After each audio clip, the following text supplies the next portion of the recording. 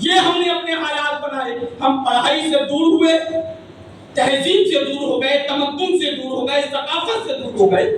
تو ماں باپ سے یہ گزارش ہے کہ خدا کے واسطے اولیاء کرام کی زندگی پڑھیے، اور اولیاء کرام کے ماں باپ نے جس طریقے سے اپنے بچوں کی پرورش کی ہے، امہات المومنین نے جس طریقے سے بچوں کی پرورش کی ہے، اہل بیت اطہار نے جس طریقے سے بچوں کی پرورش کی ہے، اس طریقے سے اپنے بچوں کی پرورش کرنے کی کوشش کریں. ورنہ وہ دن دور نہیں جب ہمارا بچہ بڑا ہو کر معاذ اللہ مرتد بن جائے، جب ہماری بچیاں مرتد ہو کر جو غیروں کے راستے پر چل پڑیں. اللہ نہ کرے وہ دن آئے. اللہ رب العزت ہمیں اور آپ کو اسلامی شریعت پر مضبوطی کے ساتھ زندگی گزارنے کی توفیق عطا فرمائے. استغفر اللہ ربی من کل ذنب واتوب الیہ. لا الہ الا اللہ محمد رسول اللہ صلی اللہ تعالی علیہ وسلم.